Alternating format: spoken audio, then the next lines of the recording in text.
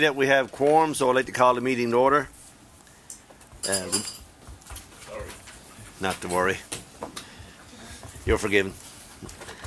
Good morning. My name is Fabian Manning. I'm a Senator for Newfoundland and Labrador, and I have the privilege to chair the Standing Senate Committee on Fisheries and Oceans. And before I give the floor to our witnesses this morning, I would like to invite the members of the committee if they would introduce themselves first, beginning on my immediate left. Senator Tom McGuinness, Nova Scotia. Mark Gold, Quebec. Éric Forêt de la région du Golfe au Québec. Region of the Gulf in Quebec. Nancy Green Rain from BC. Murray Sinclair from Manitoba. Charlie Watt from Nunavik.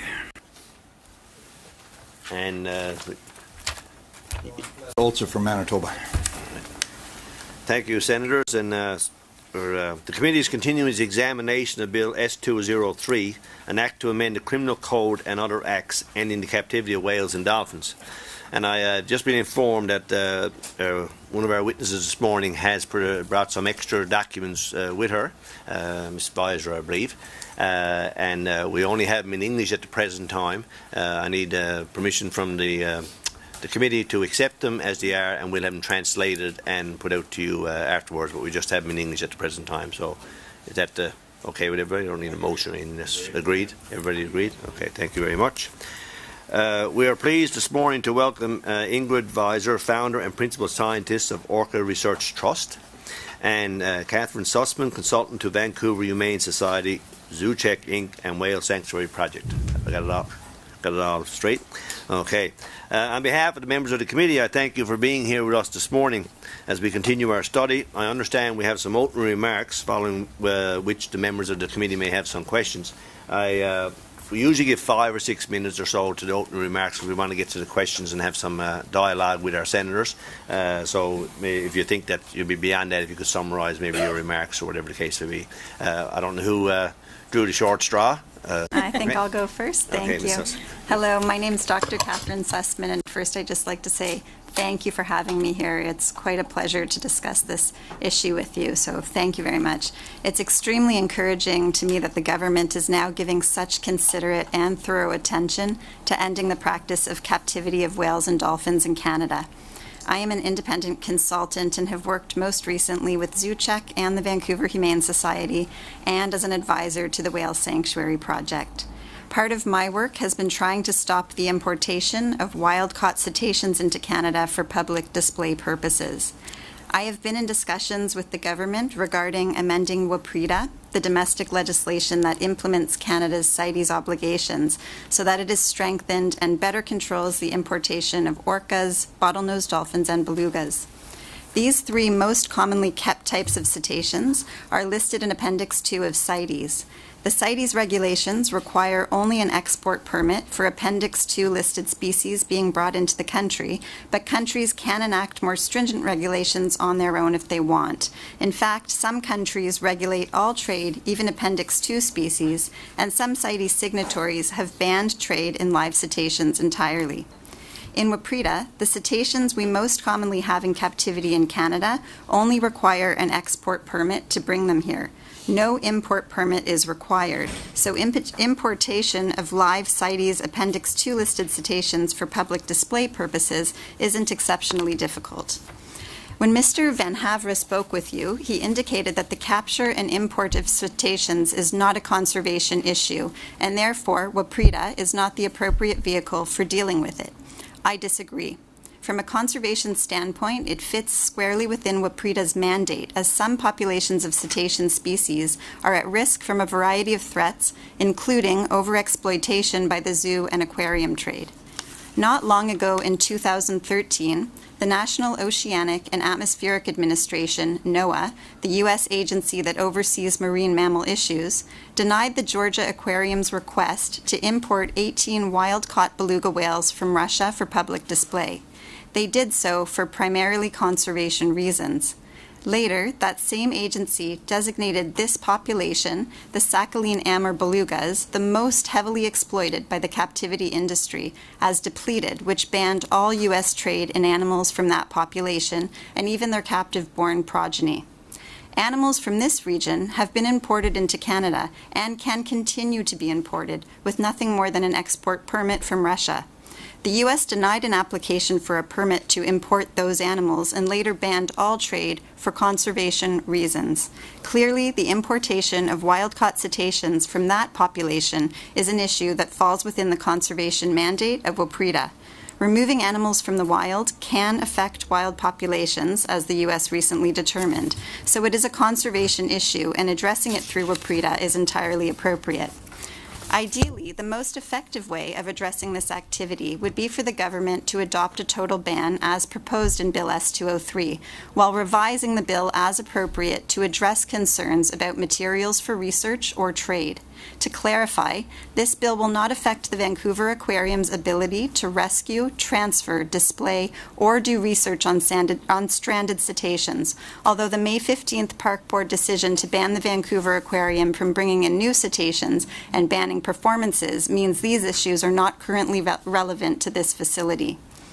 The only elements of this bill that are criminalized are wild capture and captive breeding, and to do so in both cases has overwhelming support scientifically and ethically from experts, governments, and the public alike, domestically and on the global stage. I would also like to submit that I support thorough consultation with the Inuit. It is important to note, however, that there is no historical use of Indigenous people capturing cetaceans or breeding them for the purposes of captivity. That is simply not their historical use of these animals, and I believe many Indigenous people are in fact against this practice, as was indicated to you by Mr. Van Havre. While the government's current position has been to argue that many cetacean species are subject to the strictest CITES trade controls, those controls generally apply to Appendix 1 listed animals, such as the critically endangered river dolphin, the bowhead whale, and other rare species, not those species commonly found in public display facilities. When animals from a heavily exploited and depleted population can still be imported into Canada for public display, Canada's controls don't seem very strict at all. In regard to conservation contributions through research done by the Vancouver Aquarium and Marineland, in which captive cetaceans were the research subjects, the output of published peer-reviewed scientific papers by the two facilities, as has been established throughout these hearings, is simply not substantial. If the facilities are claiming they need cetaceans in captivity for research, clearly their record suggests otherwise. As well, it should be stressed that Marineland has imported more than 30 wild-caught belugas from the Sea of Okhotsk in Russia, a region that includes the aforementioned depleted population. Their anti-conservationist imprint, therefore, is much higher than their contribution to science. While Marineland's lawyers stated they have no intention at present of importing additional belugas, if they change their minds, there is little preventing them from doing so. In regard to education, I recently completed a scholarly assessment of the human learning component behind live animal exhibits and presentations. I found not only that the data does not support the argument that viewing captive animals leads to long-term attitude and behavior change, but that there is a negative educational process that occurs. One example of this is how witnessing animals' lack of natural environment, freedom, and privacy normalizes captivity. This is especially the case for species whose needs cannot be met in captivity, and for which there is therefore an animal cruelty component. Different species fare differently in zoos. While I wholeheartedly agree that we need to connect people to nature, the question is how we do that. When children witness species that can't have their needs properly met in captivity, then the education component backfires. They witness something unethical and in certain cases disturbing. Given the new Park Board decision in Vancouver, the only institution left housing whales and dolphins in the country will be a privately owned for-profit theme park that is regulated by a self-regulating body. It is incumbent upon the Canadian government to not allow this facility, nor any new facility, to continue to bring in from the wild or breed cetaceans. Without amendments to WPREDA to prevent it, it absolutely could still happen. In conclusion, I would like to clarify that you have heard testimony in support of this bill, not only by animal rights activists, but also by some of the most reputable animal protection organizations in Canada, world-renowned cetacean scientists, researchers, and educators. The majority of people, both domestically and internationally, support ending the captivity of whales and dolphins, as it is anti-conservationist and inhumane. Nothing can justify the continuation of this activity, not scientific research, human entertainment, nor education. For this reason, it behooves Canada to get on board with other nations that have taken the lead in the preservation of cetaceans. The Canadian public is overwhelmingly in support of doing so. This is largely a matter of ratifying into law what is already the case, as this is a dying practice here in Canada. For this reason, now is the time to support Bill S-203 to prevent that door from opening up again. Thank you. Thank you, Dr. Sussman, and Dr. Weiser. Welcome back to Canada. Thank you. Good to have you here, and hopefully we'll get through your process this morning. Great, yes, thank you. So I've travelled here from New Zealand to submit my testimony. As a scientist, I definitely support this bill, and my area of expertise includes more than 2 decades of field research on cetacean behaviour, and I've also observed captive cetaceans in more than 30 facilities around the world. Regarding such facilities, I can't emphasise enough how they compromise the welfare of cetaceans, including here in Canada.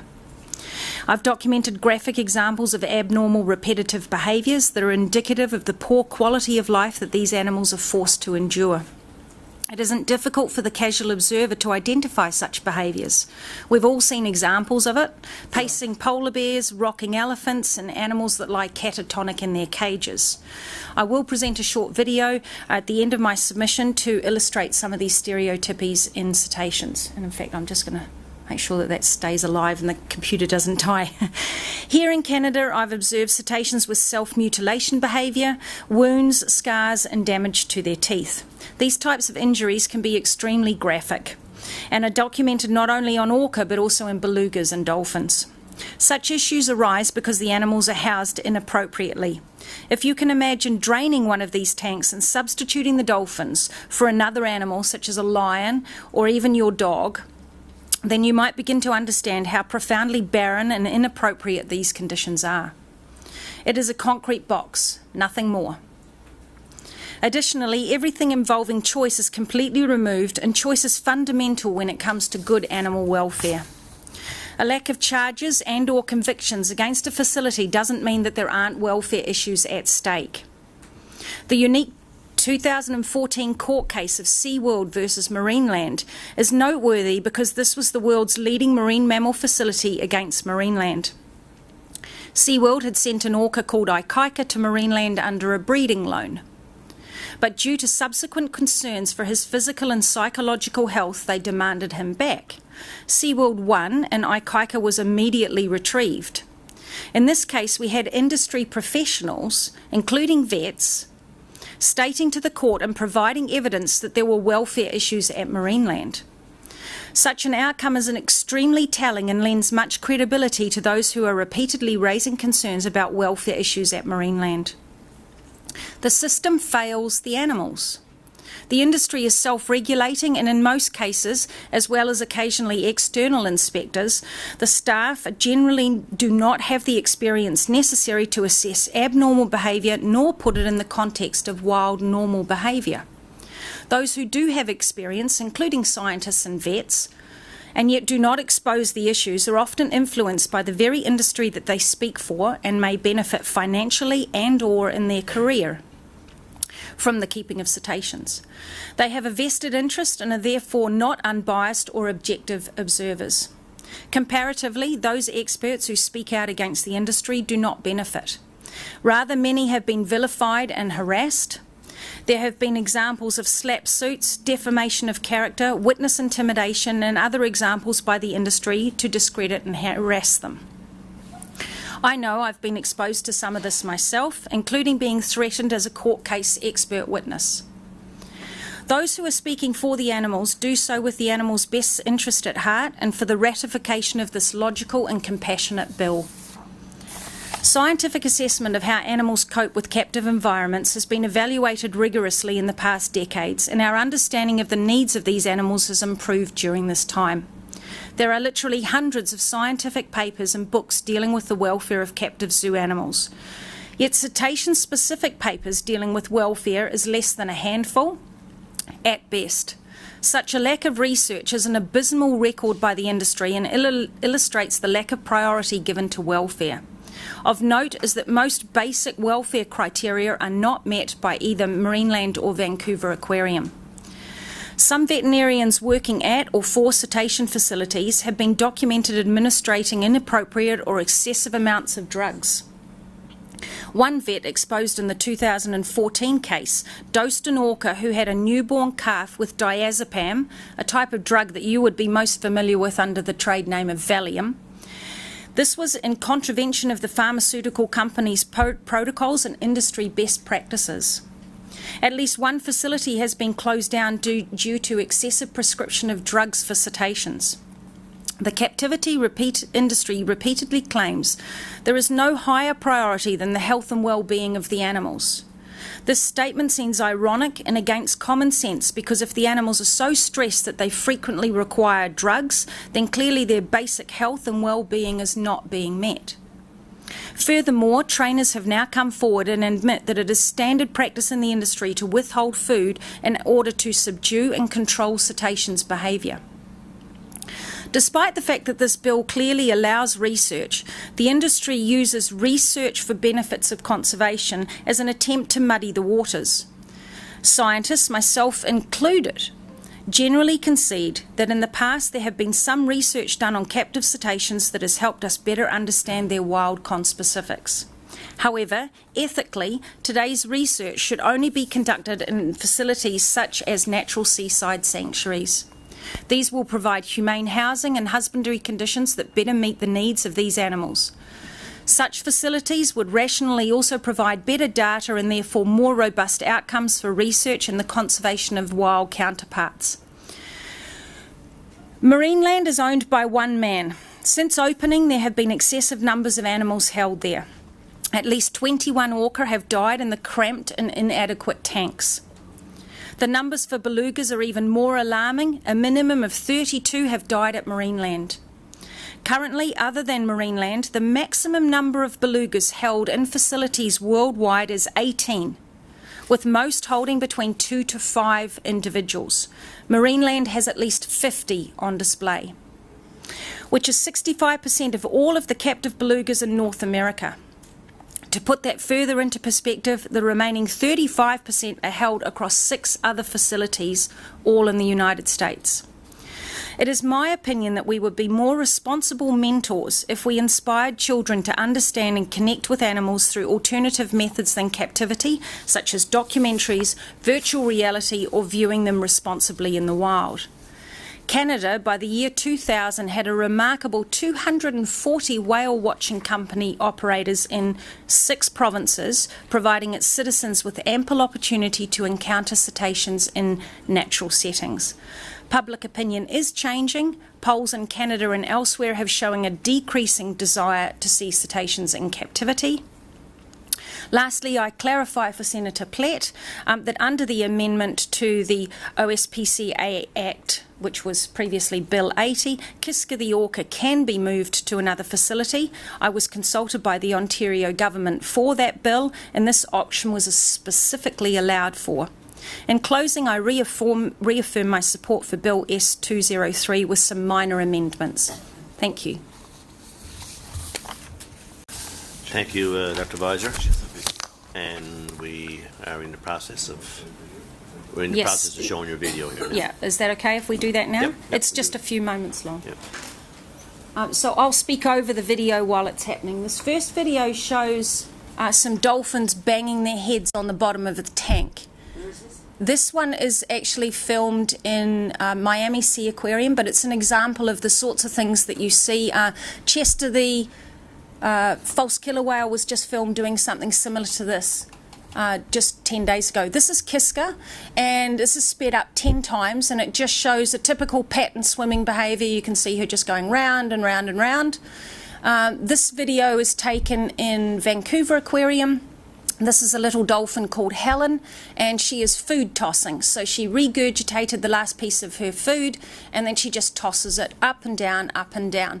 And that is her tank that she was in at the time, and you can see that it's completely devoid of anything in there for her to do, and she just repeats the behaviour over and over again. And so these are just a couple of examples of the sorts of things that anybody can go into one of these facilities and see. Thank you. Thank you, and we'll begin with Senator Plett. Thank you, Chair. A number of questions, and I know you won't allow me to ask them all, so I'll already say that I'll probably want a second round. But two questions for Ms. Weiser, and then I do have some in the second round for Ms. Sussman. Ms. Weiser, in the brief which you provided to this committee, you stipulated that the quality of the tanks at Marineland, among other things, constitutes a violation of basic animal welfare. Now, I'm sure you're aware that Dr. Lanny Cornell, an internationally renowned marine mammal scientist that specializes in marine mammal veterinary care, testified before this committee. In his testimony, he specifically stated that the quality of water at Marineland is some of the finest you will find in the world. In fact, he stated that it is not only cleaner than anything these cetaceans would encounter in the wild, but also that is likely cleaner than common drinking water, other than, of course, the fact that there's salt in it. Would you comment on Dr. Cornell's analysis? And in a follow-up to that, have you personally tested or examined the water quality at Marineland? Then I have one more question for you after that. Sure. Look, I don't think anybody wants to call into question anybody else's qualifications or abilities or opinions. But the fact of the matter is that water quality is not the criteria that is the key for looking at the welfare of the animals. It's one of many things that we look at. One that you used in your brief. Yes, indeed, sir. I did, and amongst the 27 others that are listed by other scientists when they look at the welfare. I'm asking you about one. Do you agree with Dr. Cornell that it is among the cleanest water around? No, I do not, sir. I do not. I specifically saw, when I was there 3 days ago, the staff washing from a platform, pushing poop into the water and then using detergent to scrub the facilities and then washing that detergent into the water. Now, I have that on video if you would like to see that. So that's one example that I saw. I'm not given the option to go in and test those facilities for the water quality. No, sir, I haven't, but that is not the point. The point of the matter is that the facility is not up to standard. It's not good enough for these animals. Your team at Orca Research tried to rescue an orca, which was unfortunately unsuccessful. Yes. Now, I have pictures here of the pool sizes at Marineland that compared to the pool size you use for this rescue, which is a little larger than the pool that my grandkids use. I've seen pictures on your website as well of this orca in this tiny, tiny swimming pool with almost no water in it. Yes. And yet you talk about Marineland's small pools and Vancouver Aquarium's small pools. Why would you put an orca in this small pool and try to rescue it? I'm so glad you brought that up, Senator Plett. Good, so am I then. I'm actually very pleased because I think it's an important thing to address. The situation that developed with that animal, and Senate, the Chair, may I have a moment to address this in a little bit full? We'll give you time, and if we need to... we'll... Thank you. The situation that developed with that animal was that it was free swimming for 21 days at least, and during that time period we were in full consultation with the government and external experts that were flowing in from overseas, and also external experts that we consulted with overseas. One of those included the head vet of the Vancouver Aquarium, who did appear here. And the consultation was made with all of them that the appropriate thing to do after 21 days of trying to get permission to intervene so that we could put the animal directly into a sea pen, and that was denied by the New Zealand government. Eventually the decision was made that the animal had to go into a temporary holding pen or a pool for a maximum of 3 days. Unfortunately, the animal had gone into terminal decline and died before that 3 days was up. But the facility that we held it in is a standard way to use a rehabilitation system, and Seaworld itself uses exactly the same system. Thank you. I have some further questions in the second round, Chair. Thank you, Senator Forrest. Monsieur le Président, Thank you, Mr. Chair. After checking. Checking, checking, ladies. Checking, checking. Checking, checking. 1, 2, 3, 1, 2, 3. 1, 2, 3, 1, 2, 3. 1, 2, 3. 1, 2, 3. Good morning, ladies. 1, 2, 3. Good morning, ladies. 1, 2, 3. 1, 2, 3. 1, 2, 3. Good morning. So you see, we've got to try a few times, but we'll get it right. 1, 2, 3. Working, working. Very good.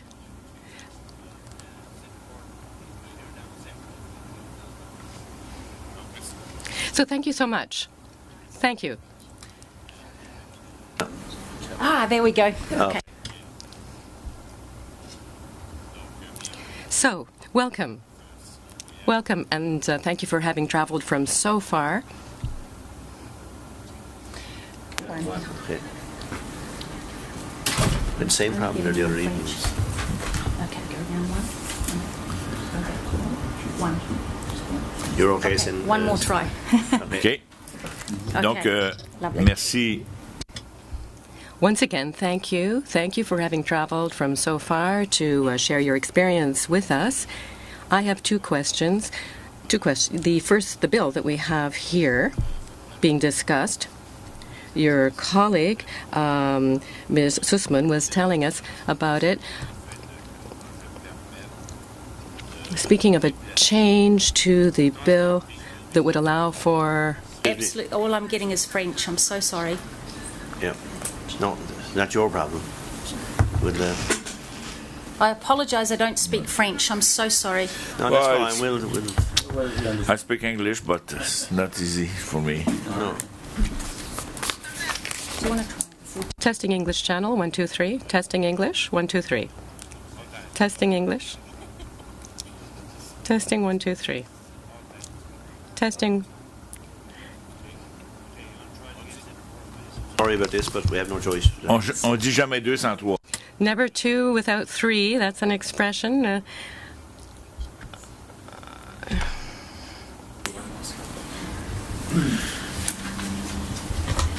Testing English. Testing English channel. 1, 2, 3. Testing English. 1, 2, 3.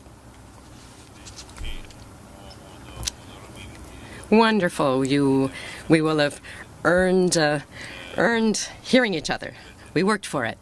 Thank you so much for having come all the way from New Zealand to share your knowledge with us and your experience. Here's my question. You were suggesting a change to the bill that would allow for the transportation of cetaceans in order to improve their living conditions. So that's an amendment that you suggest. I saw that in your texts. So, should the bill ban capturing wild cetaceans and would also ban transporting them to improve their living conditions? Do you think that we can make a compromise between these two elements to better protect cetaceans who are already in captivity? Those that are in captivity, that are born in captivity, would remain there, but we would ban the further capturing of wild animals, and we would also ban transporting the animal for its well-being.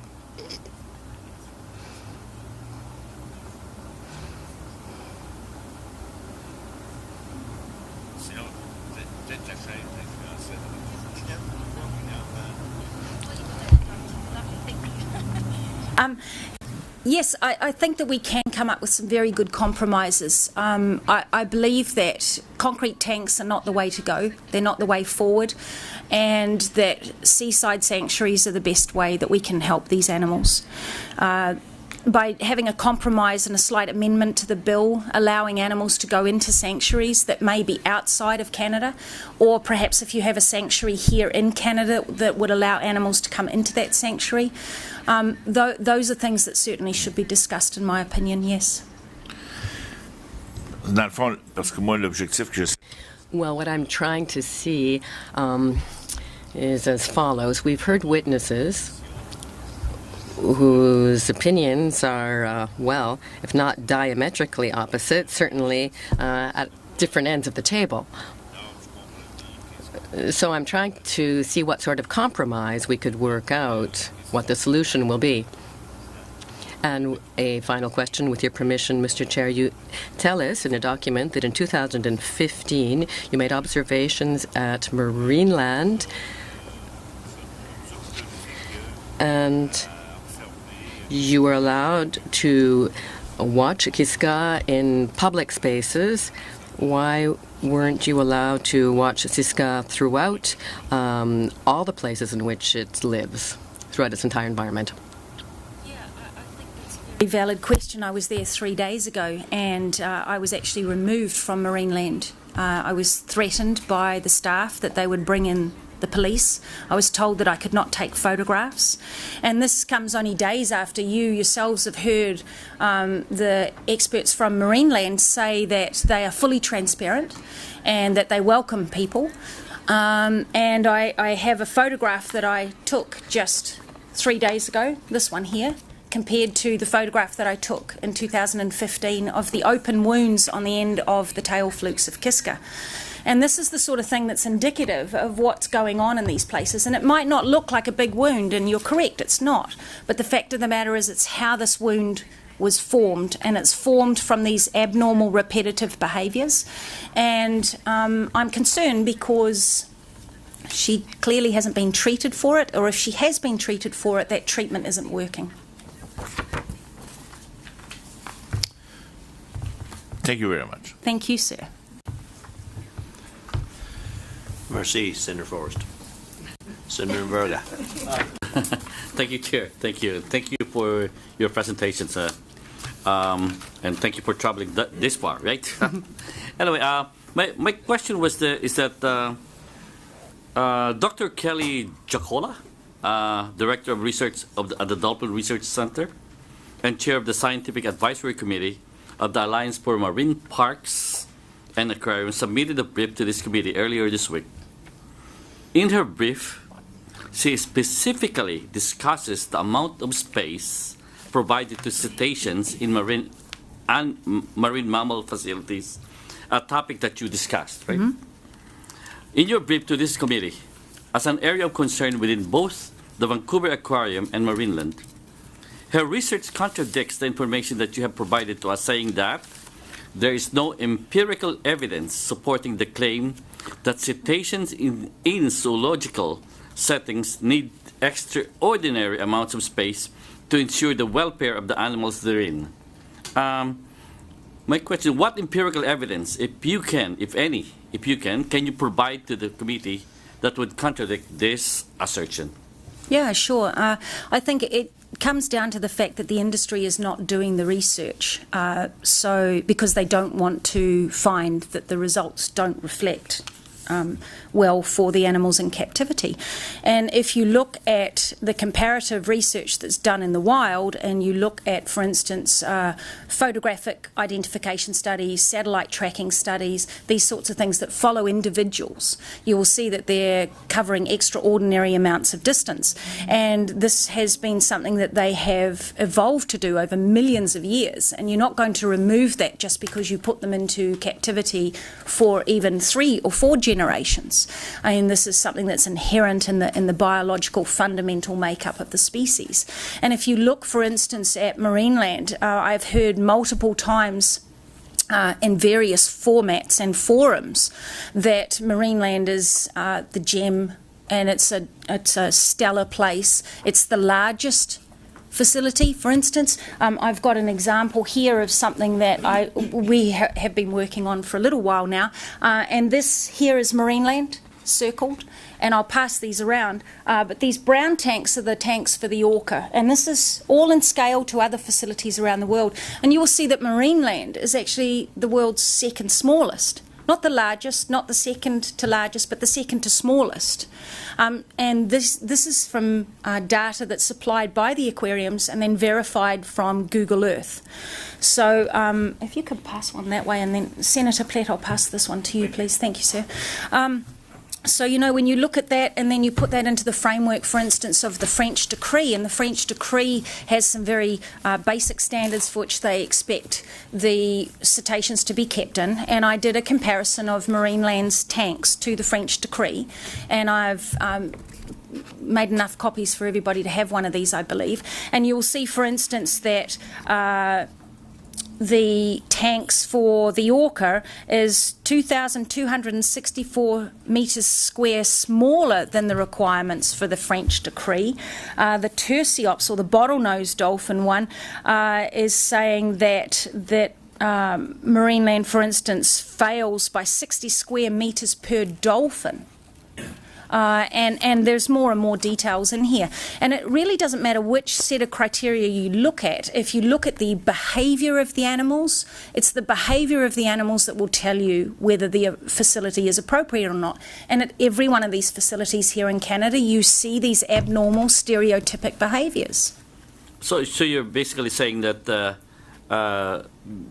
Dr. Jacola is contradicting the research that... What kind of contradiction could you give us the details? What kind of other contradictions are happening? Well, all the evidence that you see with the animals themselves, they are behaving abnormally, and that you see them either catatonic in the corner, or you see them that they are performing these abnormal repetitive behaviours that you saw, head banging, pattern swimming, all of these sorts of things that you just do not see in the wild, and that's indicative that the facility that's holding them is not appropriate. Yeah, you could probably say you do not see them in the wild, but I mean, you haven't seen every wild animal there. It could happen, right?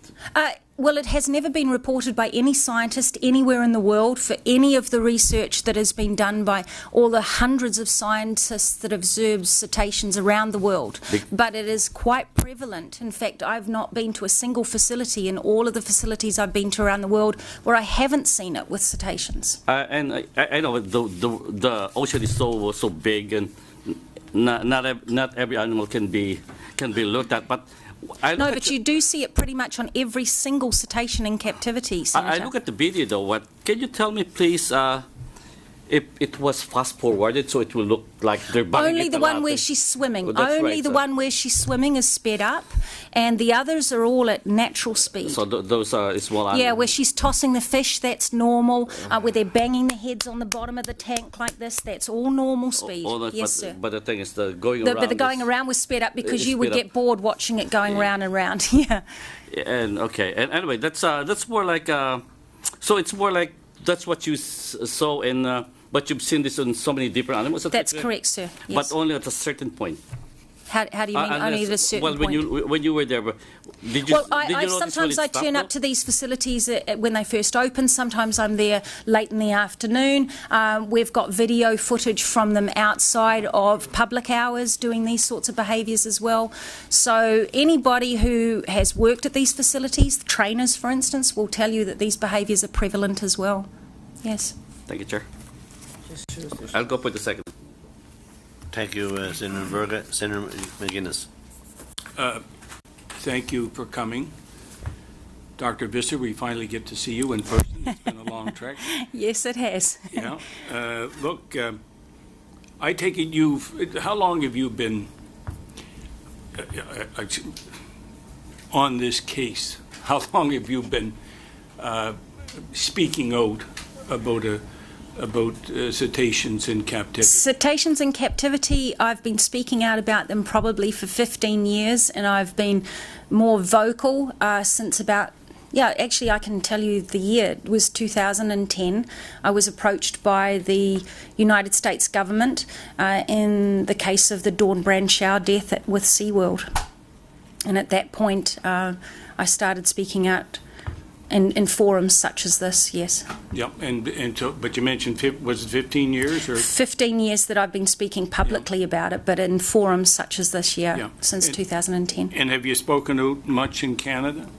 A little bit, not so much, but a little bit. I was reported speaking out in Vancouver a couple of years ago when I was at a compassionate conservation conference, and I viewed Chester, the false killer whale there, who had wounds on his lower jaw that were indicative of self-mutilation, self-harming behaviours, and that was received quite interestingly in the media. There were both sides of the story were presented, and the aquarium denied that there was a problem to start with, and then later admitted that this was attention-seeking behaviour on behalf of the animal. Yeah. And of course, you're not alone. There's no, sir. Organizations. And, yes. There's thousands of people who agree. Yeah, I know. But I want to ask you, to your knowledge, have any of you done any investigation as to existing laws that may exist? For example, we're dealing here in Canada. Yes. Have any of you, after all of this effort and all of this travel, have you analyzed or asked anyone, a lawyer who would do a pro bono, to examine the laws that currently are on the books here in Canada? I have looked at the laws. I'm not a lawyer, obviously, but I have read the laws. And we have, for instance, lawyers that are looking at the French decree that's currently underway. We have lawyers, of course, that were involved with the the California bill that was passed. So we do have lawyers involved, yes, sir. But have they come back with any analysis, anything? Oh, yes, absolutely. And they are saying what? They're saying that we're on the right side of history, and that there are a number of countries that are moving forward with this, and that, you know, the way forward is to ban cetaceans in captivity. But because that's with respect, that's not my question. Yes. My Beg your question pardon, is, sorry? Well, no, and then I don't mean to be rude. No, not at all, sir. I want sir. to treat you with the utmost of respect. But, I mean, have they come back with any analysis of the laws that exist, whether it be in fisheries and oceans, whether it be in the environment, or whether it be under the criminal code?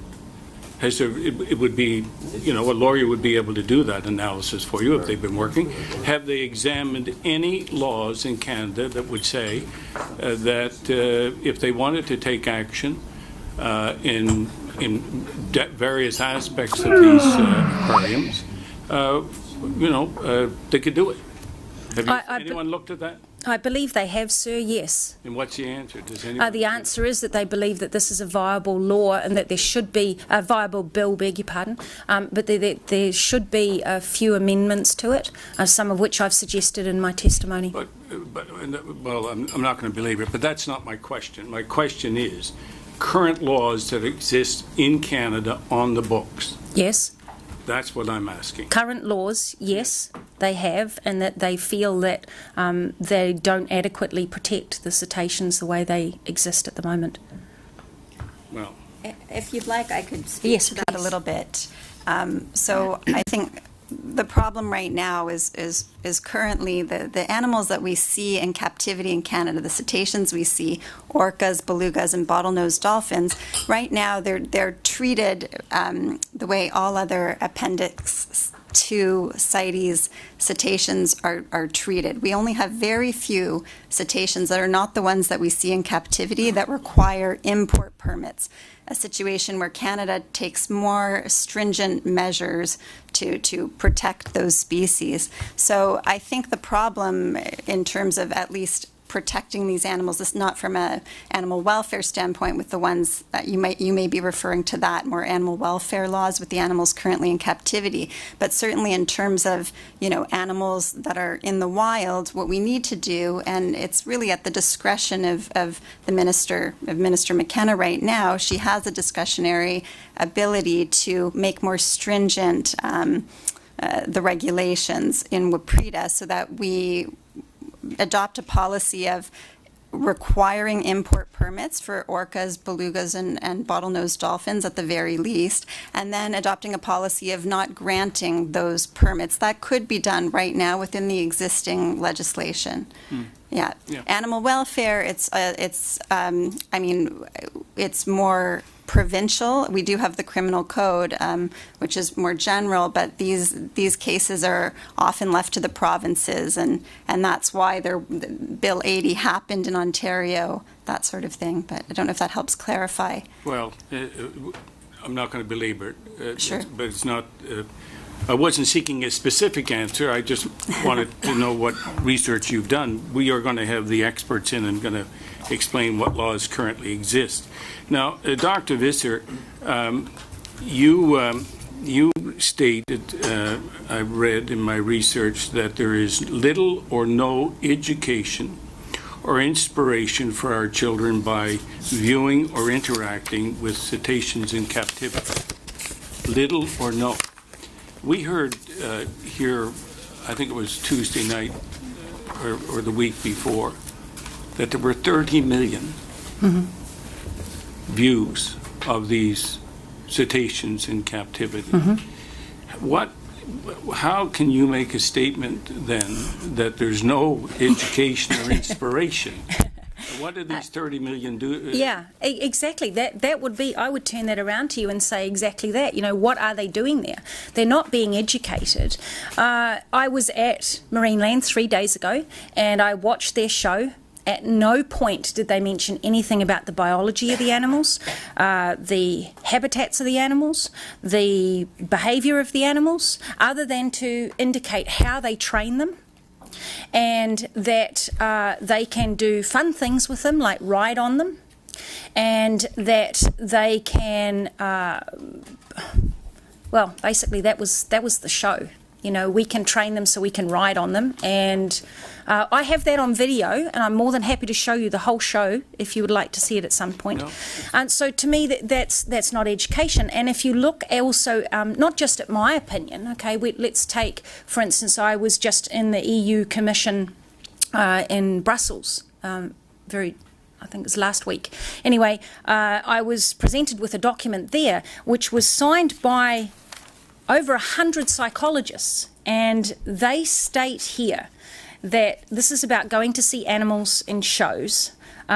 Such contexts, far from facilitating and promoting learning about the animal's natures and needs, may promote a lack of respect for living beings, lead to the denial of pain messages, and hinder the development of empathy, which is critical during the development and growth processes, as they may solicit an incongruous response, that is, amusement and joy, to punishment, discomfort, and injustice. And this is from psychologists who are at Harvard, you know, some really big names. I've deposited a copy for you to have a look at. So this isn't just myself, but I've personally seen kids at aquariums coming up and banging on the glass, throwing things at the animals, yelling abuse at them, screaming at them. And so to me, that's not inspiration, and I think we can do much better jobs of it. And in fact, Canada leads the world in this. You have the longest shore-based whale watching place in the world. It's over 1,000 kilometres long, and I just found this out last night. I wasn't even aware of it. And for $19.60 you can have the whole family go to an interpretation and observation centre and see these animals in the wild, and that to me is education. Yeah, okay, thank you. I'll come around again. Thank you, Senator McGuinness. Senator St. Clair. Thank you, Chair. I was interested in a couple of things that you said, Dr. Visser, and also want to ask both of you to respond to a question. But you mentioned the French decree a couple of times in your presentation. I'm not sure if it's been explained to the members of the committee. Maybe you can give us a brief explanation. Yes, I would like to do that. I have a piece of paper somewhere in amongst all these numerous bits of paper that I have with me. So the French decree was put in place, I believe it was the 3rd of May this year, and in that their Article 1 says, in order to protect species, improve animal welfare and eliminate animal suffering, captive possession of cetacean specimens is prohibited. Now, it goes on and it's got 27 articles, and I'm more than happy to supply that to you. Obviously, I can actually do that one in French as well as in English. And it's got a lot of details about the banning of the breeding of cetaceans in captivity, and this is done purely for the welfare of the animals. And the French decree will come into law in 5 months from now. So it's currently law, but it will be ratified in 5 months. It will be the law of France. Yes, that will be, yeah. We've heard various conflicting evidence and comments from some of the witnesses regarding the role of veterinarians and the role of behavioral experts, and I gather you're not a veterinarian? No, I'm not a veterinarian, but I have actually done 1 year of veterinarian, and for various reasons, including that I'm not good with mathematics, I didn't continue on with it. But one of the things that I was also very disappointed in was the complete lack at that stage. This was a number of years ago now. We didn't as vets learn anything about animal welfare. And even today, it's an extremely limited aspect of what veterinarians learn, and it's often something that you have to nominate to do outside of your normal curriculum. And that's the same even for animal behaviour, because vets specialise in learning about diagnostics and medical problems. They're not learning about the welfare, so they often don't understand the welfare issues at stake. The amendments that you've suggested, I wonder if you might just briefly address those and tell us what you think we need to do to improve this bill. Oh, absolutely. So in terms of the amendments to WPREDA, all that really would need to be done would be to switch the cetaceans that are currently on Schedule 1 of WPREDA, that currently only require an export permit, to Schedule 2, and then they would therefore require an import permit to be issued as well. And this is a really important thing to do, because as it is now, Canada is trusting other nations to fulfill CITES obligations. They're trusting exporting nations in terms of the science done, that there is no detriment to the animals, that sort of thing. But I believe that we need to take a more proactive role and require import permits as well, and then adopt a policy of not issuing import permits for species that are overexploited for aquarium purposes. I mean, this is a dying practice in some countries, but there are other parts of the world right now where dolphinariums are thriving. China, Japan, the Caribbean, Russia, where most of the animals are taken from. So it's really incumbent upon us to be a world leader. And as I said in my opening remarks, ZooCheck has done, and independently we've had polls done numerous times. I have many different polls I can share with you, showing that the public in Canada and abroad is just hugely in support of this change. Some of the witnesses have testified and told us that these animals that are in captivity are quite happy, and that they're enjoying life every day at the aquariums. I wonder if you might comment upon one aspect of that, whether as an animal welfare specialist, doctor, the issue of breeding is an indication of happiness, or is a component of the happiness of these beings? Which one of us are you? Whichever one of you wants to respond. Well, I mean, look, it's very easy for someone to say that an animal is happy or unhappy, because how can we judge an individual? We have trouble telling it amongst ourselves as humans sometimes.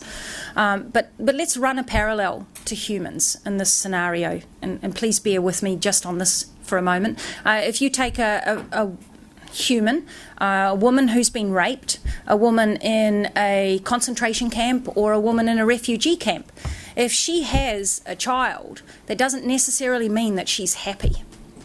Now, let's not even compare it to humans. Let's go down the track of animals, and let's look at puppy mills, for instance. Puppy mills, we have established, it's been very well established, that is not good for the animals, and in theory those animals are not happy. Yet puppy mills, the animals keep churning out babies, and I don't think it's an appropriate measure to say that an animal having a baby is therefore necessarily happy. It's a fundamental biological drive of every species to reproduce, happy or not. Anything further from you? Thank you. I'll go on second round, Chair. Thank you, Senator St. Clair. Senator Christmas. Thank you, Mr. Chair, and thank you, Dr. Visser, for coming all this way to Canada to share your knowledge and expertise about cetaceans. I'd like to follow up on Senator McGuinness's question.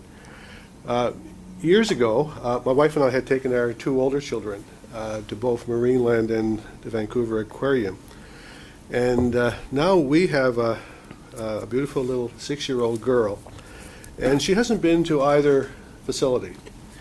So as a parent, I'm thinking about, after hearing a lot of expert witnesses, whether or not I should take my little girl to Marineland or to Vancouver Aquarium. Why do you believe that you don't think children should be exposed to seeing cetaceans in captivity? Personally, I've seen what happens with kids in these places. I've seen them go to a show, for instance, where the animals are ridiculed. The animals are, they're presented in a non-educational way, and I think that when you also see the animals, even if they're just quote unquote swimming around in a tank, you know, this is passive abuse in some ways. It would be the kindest way to describe it. And I don't think that that's instilling respect for these animals. You know, I think that we all want to do good for our kids. We all, and our grandkids, you know, we want to educate them properly, and we want to get the right information into their little absorbing minds. And if we do that by presenting them the wrong types of information, we're sending the wrong messages. And you've only got to look, for instance, at something like zoos. Now, I don't necessarily agree with all zoos, but there are some very good ones out there. And if you look at from when we were kids and you went to a zoo, the animals were in a bare concrete box, and that was it, yeah, and you saw them pacing up and down. And now you go to a zoo and you see, and there's trees, and there's grass, and there's a little stream, and there's some nice things for the animals to do, and ropes to hang on and stuff like that. But think about what you're showing your kids when you take them to see a cetacean in a concrete box. It's like when you were a kid. It's a concrete box. There's nothing in there for those animals. There's not even a fish painted on the wall. There's just nothing. And that is not the right message that we should be giving our kids. If I may speak on this, I myself have an almost 6-year-old little girl. She has been to Marineland with me on more than one occasion, so, as I was observing the animals. And she has also been most recently to the ROM in Toronto. There's a wonderful exhibit, the blue whale exhibit, about the 9 blue whales that died in the Newfoundland Labrador area. To watch the difference in my daughter between observing, for instance, Kiska, the lone killer whale, swimming in circles. There no educational material. There are 2 signs in all of Marineland in the cetacean areas that give any information that can be found on the internet easily, and signs that have been there at Marineland for many years. I compare that to taking her last week to the ROM exhibit, where she walked in, she was surrounded by movie screens on 3 sides. She had pictures of, she was immersed in icebergs in the Newfoundland Labrador area. She learned all about the tragedy. There was an interactive exhibit where she was able to, on a video screen, simulate being a blue whale in the ocean, diving down, eating krill, going up to the surface. She was dancing. She was completely inspired by that. There was an educational film at the end about how to become politically active in Canada to protect our oceans. That was conservation. That was education.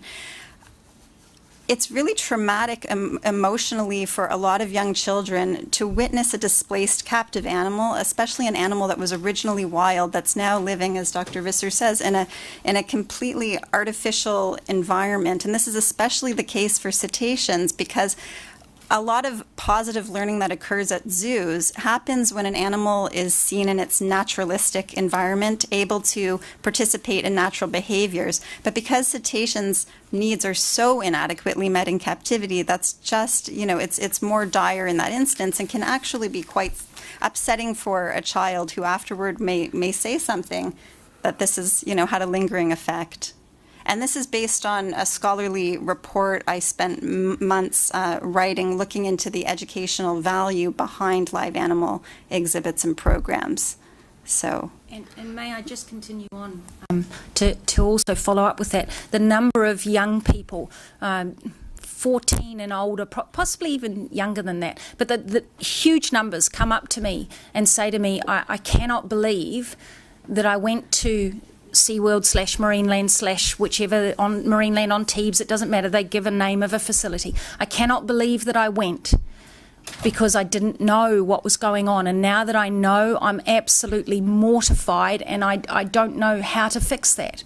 They're really, really devastated that they've been involved in this industry by buying a ticket and being complicit in that industry without realising it, because they're sold a fairy tale when reality it's a nightmare for these animals. And if I could just say one more thing, there's also a lot of negative learning that happens. In a lot of these facilities, the information is simply not accurate. So while we think we're educating, often children are getting incorrect facts. And sometimes I read certain studies, particularly regarding chimps and other apes, that can also be applied to the belugas, for instance, at Marineland, where the conservation status of an animal can actually be inaccurately perceived. So an animal that is actually endangered, when a child gets to see a plethora of that animal, such as the large amount of belugas at Marineland, they might think, oh, this is an animal in a species that's thriving, and therefore there isn't a need to protect it in a conservation sense. So there are lots of negative things that happen. And the last thing I would like to say is that seeing an animal, a majestic animal, being ridden on, for example, at a theme park with blaring rock music in the background, which is what happens at Marineland, that really reinforces a notion that animals are objects to be used by us, whether that's for entertainment or even education. So this is something to think about, the educational elements here. Well, thank you very much. I think that really helps me as a parent, because, as you know, one of the dangers of raising children today is that we both have bad entertainment and we have good entertainment. And I never thought of it in the sense of what is the message that is being conveyed. And I understand it's very difficult when your child asks you, oh, I want to go, to Marineland, or I would like to go to, Seaworld, and I want to see these animals. And of course, as a parent, you want to expose them to animals, but it's just the way in which we do that. So sometimes it's important to say no and present an alternative and an explanation. Well, thank you for helping me with that, because I really don't want my daughter to get the wrong message. Yes. If I can just follow up just a little bit on there, Mr. Chair, one of the alternatives that we have in Nova Scotia is that we have numerous whale watching tours, and in the past I've taken some of those, and in most cases it's former fishermen or current fishermen who know the area, who know the cetaceans in there, and some of the things that they say is quite interesting. I'm just wondering, in your view, is there more educational value, or is that sending the right kind of message to our children by going into a more natural setting? Yeah. I've been on similar whale watching tours. In fact, some of them run by ex-whalers on whaling vessels. For instance, in Iceland, there is a ex-whaling company that takes out people to go and see them. And they talk a little bit about the whaling side of things, but their information that they give is very, very educational about the conservation of the animals now. And they understand wholeheartedly, because they were right there at the forefront of the decimation of the species, what we need to do to protect them. And I think that there are obviously some bad whale watching operators out there, and there are some good whale watching operators out there. But even, I mean, I don't really know how to express it in a very tight little nutshell, but any whale watching trip that you go on is immediately a much better message, because the animals are free and wild. So even if it didn't have education, and I've yet to go on a whale watching tour that didn't, it would still be a better option. Thank you very much. Pleasure. Thank you, Mr. Chair. Okay, thank you, Senator Christmas. Okay, as everybody will understand, our clock is ticking here. Yes, sir. We have 5 people who have requested a question on second round. I'm going to confine one question per person to give everybody an opportunity. So if you have 3 questions, you better combine them into one. There won't be a second opportunity to do that. And I would ask that our witnesses, if you could, I understand this is takes some time to explain some of these things that we need to shorten up our answers if we can. So shorter questions and shorter answers, and we should get through today. Senator Plitt. Well, thank you, Chair, and I will try to abbreviate my question as well, but I do need to put a little preamble on my 3 granddaughters, or 3 of my granddaughters, I should say, visited Vancouver Aquarium, and they're great animal lovers. One now wants to become a veterinarian, and so I don't think all children come away from the aquariums with negative ideas. I think some come away with very positive ideas. But Ms. Weiser, despite what you say, what would you say if I said we have evidence of you taking photos at Marineland? You allege she is injured and not, Kiska is injured and not treated, yet we have heard OSPCA and others have all examined her and she is fine. I understand you did not report any of the alleged injury to Marineland. You did not complain to the OSPCA, and if you did, Marineland never heard from them. Veterinarians have seen Kiska in the last 2 days, and they say she is fine. Further to that, Ms. Weiser, you participated directly in a case brought, and I have to do all of this now because the chair won't let me ask a second one. You participated directly in a case brought in California by PETA, where you were personally named as a representative for one of Seaworld's killer whales. In that lawsuit, you alleged that killer whales were being held in slavery, which you argued was in violation to the U.S. constitutional amendment, which ended the slavery of people. The court rejected that position, and I understand you lost the suit. So my question at the end of this is, do you believe in persons' rights for whales under the Canadian law? Is that right? And what other animals do you believe should be treated the same as people under the law? Should Calgary Stampede be shut down? Should the zoos, and you mentioned trees growing in zoos, and I understand that and appreciate that. Not many trees grow even in the wild waters. In the Arctic, it's only rocks under the ocean. There's no trees growing in the Arctic, in the seas. So you're drawing comparisons, apples and oranges. So I know it's a long question, and please see if you can answer most of that. Sure. Senator Platt, when I was referring to the trees in the zoos, I meant for animals in general. I wasn't referring to trees for cetaceans. So I think it's worth just nipping this in the bud immediately and saying that the personhood aspect that you bring up is not relevant to this bill. It's not discussed as part of the bill. It's not. I asked you, I would like an answer to whether you believe in personhood, because I think it's relative, and so I'm asking the question. Senator, you may ask me the question and you may attempt to bully me on the answer, but I refer again that this is not relevant to the bill, and so therefore there is no reason for me to respond to that question. Whether I believe in personhood for animals or not is irrelevant to the testimony that I'm putting forward for this bill, which is that cetaceans should not be kept in captivity. You should run for politics with those answers. Okay, thank you, Senator Plitt. Senator Mberga. Thank you, Chair. I just would like to mention that I have 3 kids. I got a special kid, actually, who I think when we went to the Marineland and Seaworld was so happy to be there. And actually, they were all attached to it. And I mean, when they look at it, they thought it's better than video games. it's better than watching the TV. I mean, this is the closest natural or closest thing that have done with the nature. I mean, not everybody, especially with the kids with disabilities, can go to the sea, right? They cannot go right there. And can you tell me, I mean, why would you say that there is no educational value to going to this kind of places? Because I'm pretty sure my kids really loved it and they had attachment to it and they really learned something with it.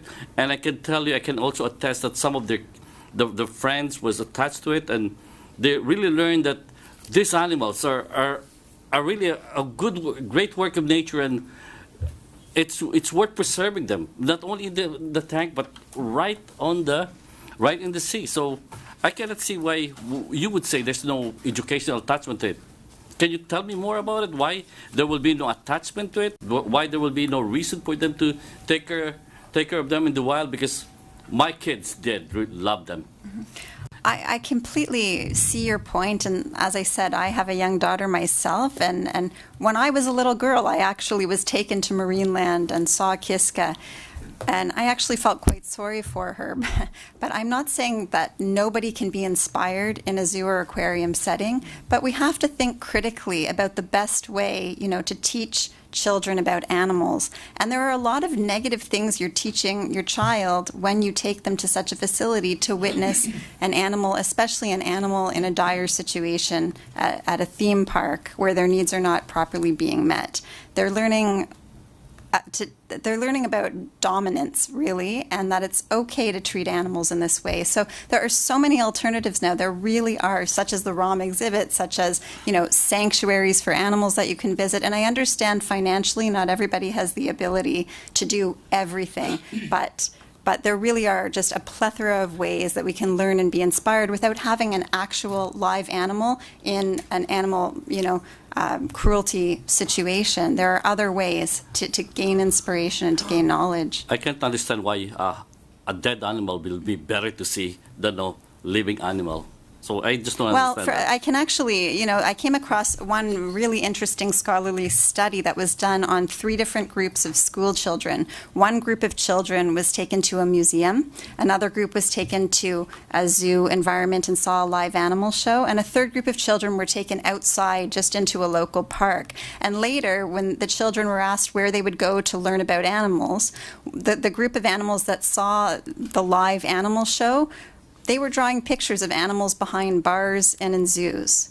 The children that went outside into nature were drawing pictures of animals in the wild. So, psychologically, yes, some children can get some form of inspiration from seeing a live animal because we all love whales, we all love dolphins, but it's a question of responsibly educating our children. And I don't believe, even if it's difficult to say no, that, the right thing to do is to say yes in that circumstance. Yeah, but sorry, Senator Roberta, I let you get an extra half and not get an extra whole. Senator McGuinness. Yes. I want to try to assist in my fellow senator from Nova Scotia's summer vacation for him and his daughter. It is. Richard Louv is the journalist and author that wrote Last Child in the Woods. And let me just quote a couple of sentences. Direct exposure to nature is essential for healthy childhood development and for the physical and emotional health of children and adults.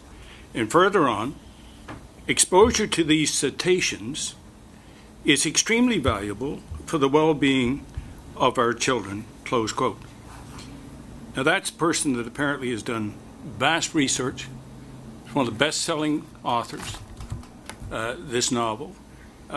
So what we continue to get conflicting information here, but I held on to this quote for some time because it came up here about a month ago. So what do you say to that? What I say is that it's really important to keep in mind that different animals fare differently in zoos.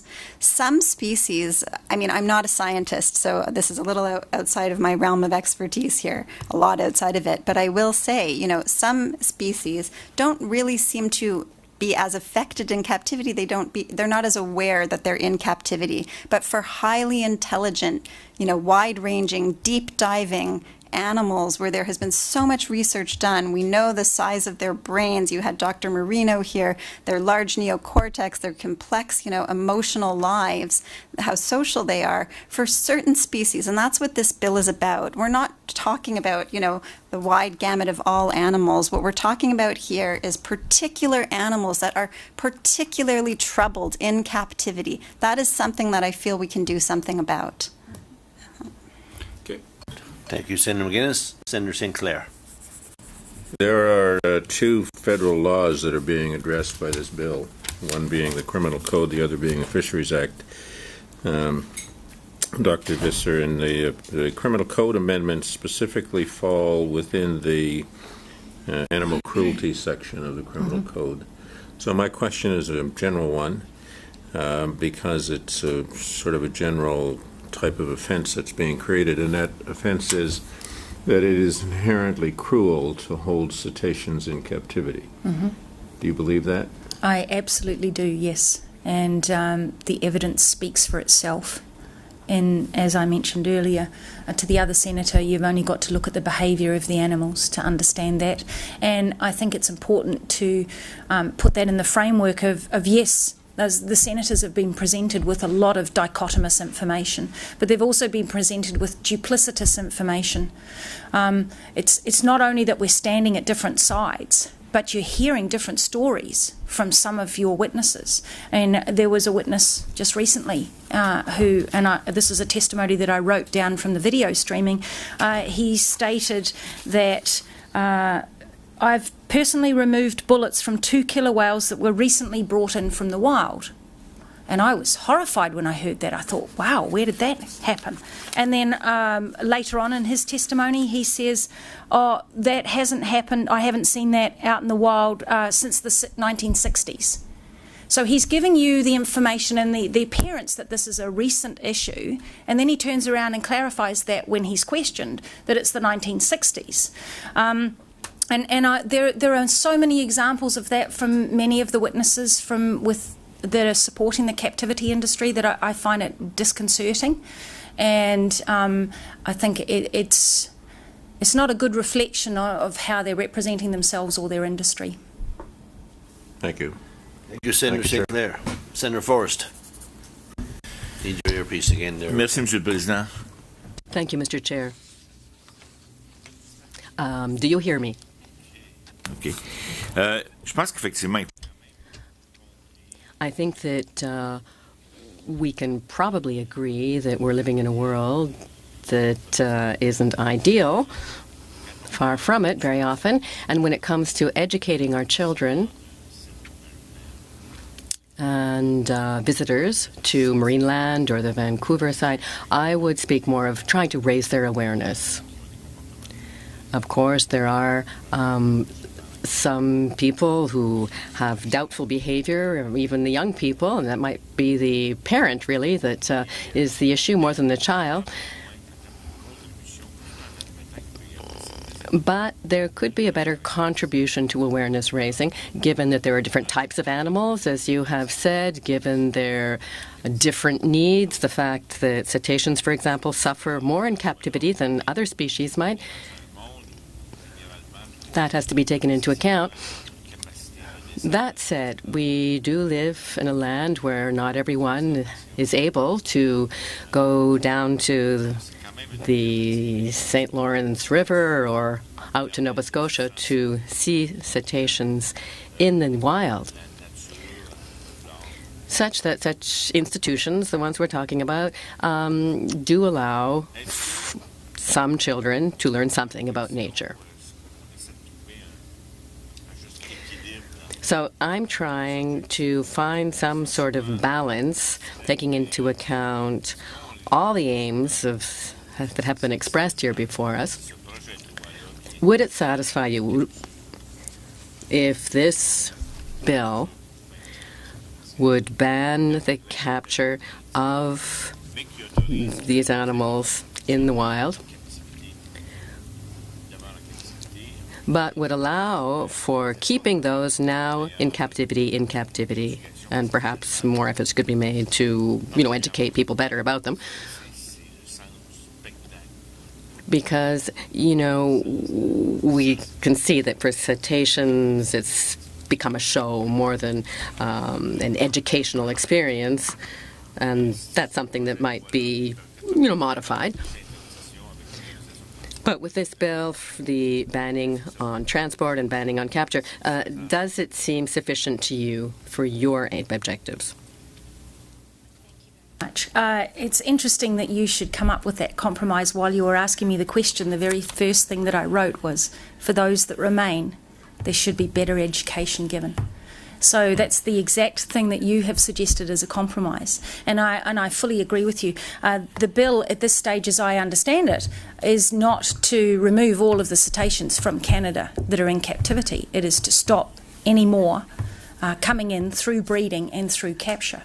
So those that are still here, you've literally, according to the aquarium's own claims, got decades left where you will still have cetaceans in captivity.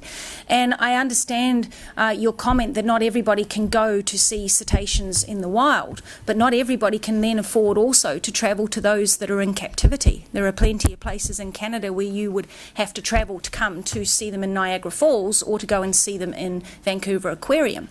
So then you're also penalising those individuals. So I think that argument is it's a valid one, but it needs to be taken in the context. However, I do feel that by banning the capture, by banning breeding, you putting in a sunset clause that still allows research to go on, it still allows for and should be encouraged to have a better education program. But I would also strongly advise you to look at, for instance, the French decree that looks at improving the welfare of those animals that are in captivity, and that's exactly what the French have faced at the moment. And I can supply you with the French decree. Thank you. Okay, thank you. Senator Rain is going to do a follow-up, and she's going to be our last.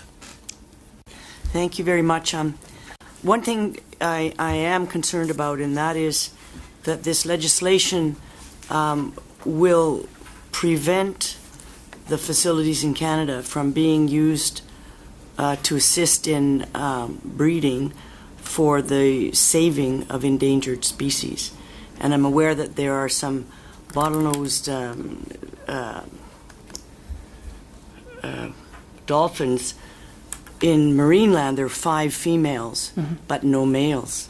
And when you say we should ban breeding, I find that, especially with the beluga population at Marineland, very, very abnormal, because mating and breeding is part of nature and part of what I think we need to encourage. So I'm concerned that this legislation will end the opportunity to assist in the future. So just a very short comment on that, if you don't mind. Look, I understand your concerns, and I think in the broad scope of things, without understanding the fine details, they're very valid concerns. But if you consider, for instance, that no breeding program of cetaceans anywhere in the world is releasing them back out into the wild, they're either trading them to another facility or they're keeping them themselves, like Marineland is doing.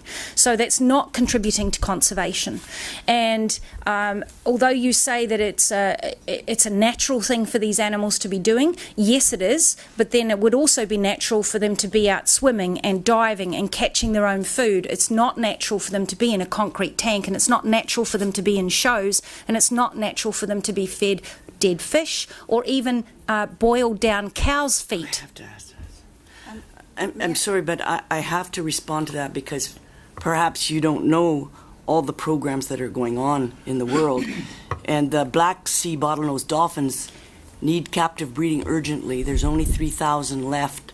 There are about 200 in captivity. We have 5 in Canada. And there is a plan. There are groups working together to reintroduce them into the wild natural habitat in the Black Sea to survive.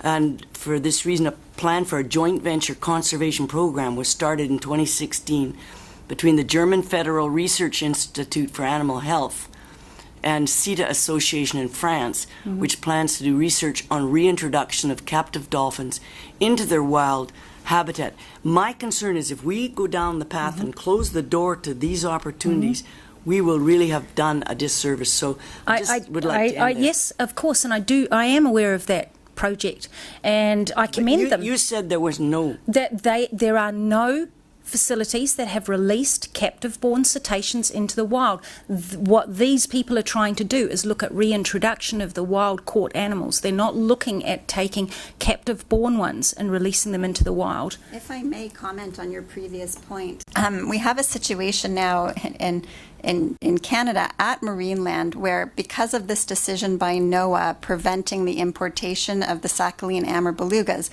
the belugas that come from Russia, the ones that Marineland has imported, now with continued breeding, there's actually nowhere where those belugas can go, and they're arguably have long outgrown the tanks that they're in. The U.S. can no longer give some of those belugas to the U.S. So if we allow uncontrollable breeding, this is, I don't even know, it's a terrible situation. The only place those belugas could go would potentially be China or Japan, something like that. And just so that you're aware as well, there are a number of scenarios with, for instance, bottlenose dolphins, where breeding is being done by facilities around the world, and they have to put many of the dolphins on contraceptives because they now have, quote unquote, too many of them, or they've got inbreeding problems. And so, you know, with 5 females and no males, even if you bring in 1 male, then you've got a problem because you will have inbreeding. So, you know, then you're going to exacerbate the problem. You're not going to put this into a sunset clause where we phase it out. Thank you.